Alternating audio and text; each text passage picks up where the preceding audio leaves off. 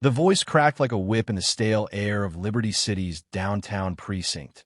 "Didn't you hear me? Or are your ears just for show?" The commotion of a Monday morning. Ringing phones, shuffling papers, murmured complaints, halted. Maria Sanchez, seated behind the glass at the reception counter, looked up in disbelief. But before she could speak, a fist broke through the opening in the glass and struck her across the cheek. Gasps erupted. Papers scattered as Maria stumbled back. For a moment, silence hung like smoke. Then chaos. Liberty City, a metropolis of glittering skyscrapers and historic brownstones, was often celebrated for its resurgence. But beneath its polished veneer, cracks of injustice and inequality festered. And nowhere was that more evident than in the downtown precinct, a hulking concrete building where frustration often clashed with bureaucracy. Dr. Sarah Jenkins stepped into that very lobby moments earlier, unaware of the storm she would walk into. In her early 40s, Sarah exuded calm authority, a slender black woman dressed in a crisp navy blouse and tailored slacks. A newcomer to Liberty City, she was here for a routine criminal record check required by her new university post. She stood in line for nearly an hour, observing the tired, the angry, the invisible. When she finally approached the counter, she addressed the officer with quiet civility. "Good morning, officer." Officer Dale Sterling, his name barely visible beneath coffee stains and fraying thread, didn't respond. Stocky, red-faced, and clearly resentful of desk duty, he shoved a form through the window without a glance. Sarah accepted the form. When the provided pen didn't work, she asked politely for another. Sterling huffed, offering a new pen like it was a personal sacrifice. She filled out the form swiftly, double-checking everything before returning to the counter. As she waited for him to process it, she noticed his tone shift when dealing with white citizens, suddenly courteous, even smiling. But with her, his demeanor soured. "Done yet?" he snapped. "Yes," she replied evenly. He skimmed the form, stopping at the line for her previous address. "Just Northwood City? That's all you put?" "The form only asked for city and state," she answered. "You people always try to bend the rules," he muttered, loud enough for others to hear as Sarah's spine straightened. "Excuse me, Officer Sterling. What do you mean by you people?" He sneered, always asking for exceptions, always playing the victim. Her tone cooled. "I'm not asking for special treatment. I follow the instructions.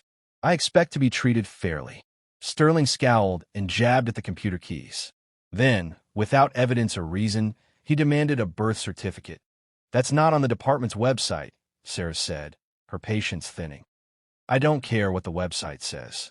If you don't have it, go home. Next time, come prepared." At that moment, Sarah decided not to back down. "I'd like to speak to your superior." The words ignited Sterling's rage. He stood abruptly, slamming his hand on the counter. "You don't get to make demands in here. I'm the law. You do what I say." Sarah didn't flinch. "And I'm a citizen, with rights you were sworn to uphold." He leaned forward. "You people contribute nothing. Why don't you go back to where you belong?" The slap of his words was almost worse than the punch that followed. Sarah's head snapped sideways from the impact. Pain exploded through her cheek. She collapsed against a bench, papers fluttering around her. The lobby erupted. Shouts, screams, cell phones lifted. Officer Sterling stood, chest heaving, a flicker of satisfaction in his eyes. Two officers rushed over. "Dale, what the hell?" "She provoked me," he barked. One officer turned to Sarah. "Ma'am, please just go home. We'll file something later." Sarah steadied herself and rose slowly, blood at the corner of her mouth. "I'm not going anywhere. I want to see your commander. Now." "The commander's busy," the male officer said. "You can email your complaint. I'll call the mayor's office right here if I have to." That's when Lieutenant Frank Miller emerged from a back hallway. Late 50s, steel gray hair, and a look that said he'd seen it all. "What's going on out here?" he asked. Sterling rushed forward. "Lieutenant," the woman was disorderly, refused protocol, and became hostile. But Miller's eyes shifted to Sarah's bruised face, then to Sterling's clenched fists. Years of experience told him Sterling's story didn't add up. "Ma'am," Miller said to Sarah, "what happened?" She told him, clearly, firmly. The racism, the fabricated requirement, the unprovoked assault. No theatrics, just truth. Miller's face darkened. You hit her, he asked Sterling. I push her away.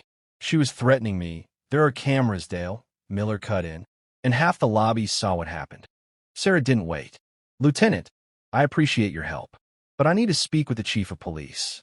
Personally. Miller hesitated. That's not protocol. Neither is punching a civilian in the face. If I can't speak with him, I'll take this to the media, the mayor, and every civil rights lawyer I know. Miller studied her for a long second. Then he nodded.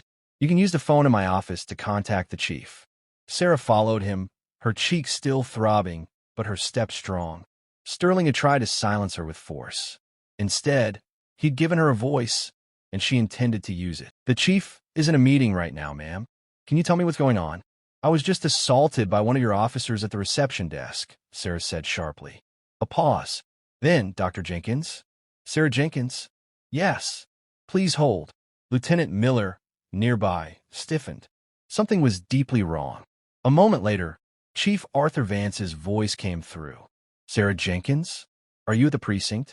What happened? I was punched in the face by one of your officers. Dead silence. Where are you? Who was it? In Lieutenant Miller's office. The officer's name is Dale Sterling. I'm on my way. Miller turned to her, stunned. You're Dr. Sarah Jenkins? She nodded. He bolted from the room. Sterling, he shouted. Don't move.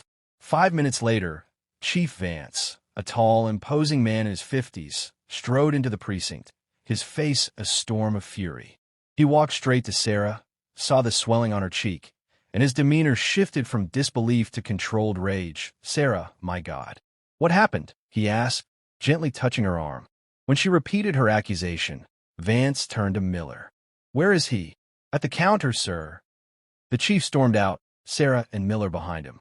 The lobby fell silent as Vance confronted Sterling. Do you know who this woman is? He shouted to the room. This is Dr. Sarah Jenkins, your new district attorney. A gasp rippled through the building. Sterling turned pale. He opened his mouth, but couldn't speak. Vance wasted no time. Lieutenant Miller, escort the district attorney to the infirmary. Call an ambulance. I want every precaution taken. Then to Sterling, he growled, You're suspended. Hand over your badge, weapon, and ID now. Sterling fumbled with trembling hands, placing everything on the counter. Chief, I didn't know. That's not the problem, Vance interrupted coldly. The problem is that you assaulted someone you thought was a powerless citizen. That makes you unfit to wear the badge. As Sterling was escorted away, Sarah stood tall. Her voice was clear, commanding. Chief, I want all security footage from the past 2 hours sealed. I'm requesting full statements from everyone who witnessed the incident. You have my word, Vance said. Internal Affairs will handle this with the seriousness it deserves. Good. But let me be clear. I'm not asking as the district attorney. I'm speaking as a citizen. What happened to me is unacceptable, not because of my job, but because no one should be treated like this. This isn't just about me. It's about how your department treats people. Her words echoed. Vance nodded solemnly. He understood. This was bigger than one incident. The internal investigation moved quickly.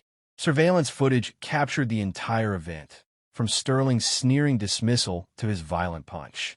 Several bystanders, initially reluctant, stepped forward to support Sarah's account. Faced with undeniable evidence and growing public outrage, Sterling confessed, though his apology came only after learning her identity, further undermining his sincerity. Within a week, Vance made the call. Dale Sterling was fired, permanently, for misconduct, abuse of power, and racial discrimination. But Sarah wasn't finished. She filed a civil lawsuit against both Sterling and the Liberty City Police Department. The city, fearing a protracted legal battle and public scrutiny, offered a $60,000 settlement. After consulting her lawyer, Sarah accepted, not for money, but to mark an official acknowledgement of wrongdoing. The incident sent shockwaves through Liberty City. It exposed a cancer of unchecked authority and compelled Chief Vance to act. New reforms were swiftly enacted. Anti-bias training, communication workshops, and stricter accountability protocols. Sterling's name became a cautionary tale. His story played in training rooms as a lesson in the dangers of arrogance and abuse. Sarah recovered physically, but the humiliation lingered. It had only deepened her determination. As district attorney, she vowed to pursue justice not just from a courtroom, but from the streets where people felt invisible, unheard. Justice had arrived swiftly this time. But one question remained, unspoken, unsettling. Would it have come at all if she hadn't been someone important?